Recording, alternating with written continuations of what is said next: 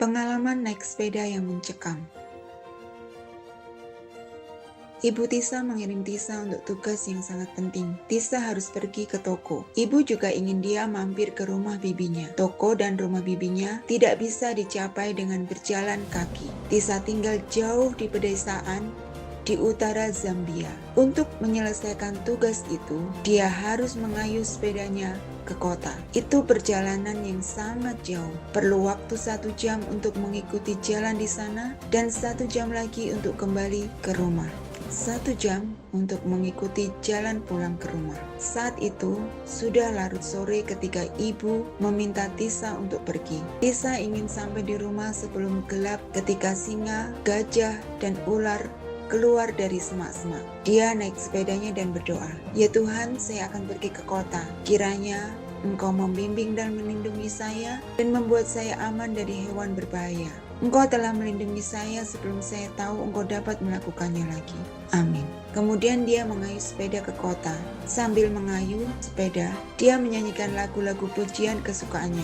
Tisa terutama menyukai lagu pujian Tuhan Pimpin Sepanjang Jalan, dan dia menyanyikannya dengan penuh semangat. Ketika Tisa sampai di kota, dia langsung pergi ke toko dan membeli gula, garam, minyak goreng, dan deterjen. Kemudian dia pergi ke rumah bibinya untuk mengambil sekantong pakaian untuk ibunya. Tugas itu memakan waktu lebih lama dari yang dia perkirakan. Matahari terbenam saat dia kembali ke rumah. Bayangan panjang membentang di tanah. Hari mulai gelap. Tisa merasa gelisah. Dia tidak akan bisa melihat banyak dalam kegelapan karena tidak ada lampu di sepanjang jalan. Dia hanya memiliki senter kecil, tetapi itu tidak cukup terang untuk menerangi seluruh jalan. Tisa mengayuh lebih cepat. Dia ingin sampai di rumah sebelum hari menjadi sangat gelap. Kemudian dia melihat jalan pintas. Jalan pintas itu adalah jalan tanah yang memotong melalui semak-semak lebat. Dia mengambil jalan tanah dan sampai di rumah lebih cepat. Jadi dia berbelok dari jalan raya menuju jalan ke tanah. Matahari terus terbenam dan langit semakin gelap. Tisa mengayuh sepeda lebih cepat dan lebih cepat lagi. Kemudian sesuatu yang sangat aneh terjadi. Tidak peduli seberapa keras Tisa mengayuh sepeda, sepeda tidak mau melaju lebih cepat lagi.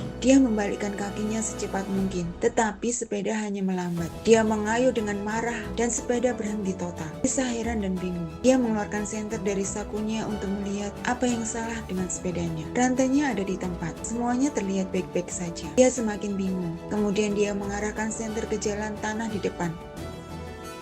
Tiba-tiba dia melompat. Tubuhnya mulai gemetar. Di depan, dalam cahaya redup, dia melihat seekor ular besar sekitar 12 kaki atau 4 meter panjangnya tergeletak di jalan tanah.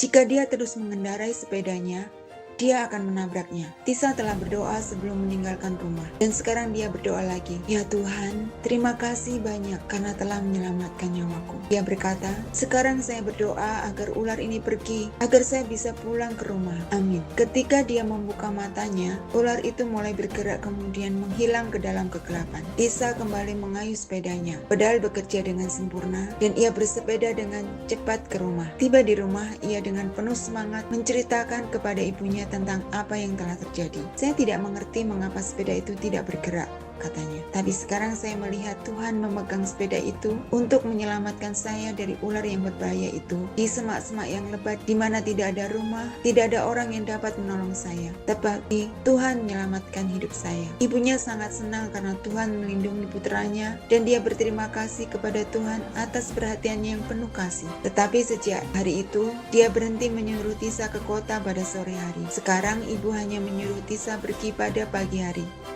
sehingga dia punya banyak waktu untuk pulang. Persembahan Sabat ke-13 akan membantu anak-anak mengetahui tentang Tuhan yang melindungi manusia dari ular dan binatang berbahaya lainnya. Banyak anak-anak di Zambia, di mana Tisa tinggal, dan di negara-negara lain di Afrika, divisi Samudra Hindia Selatan, akan menerima Alkitab mereka sendiri melalui persembahan Sabat ke-13 Anda. Terima kasih, Anda telah merencanakan persembahan yang murah hati.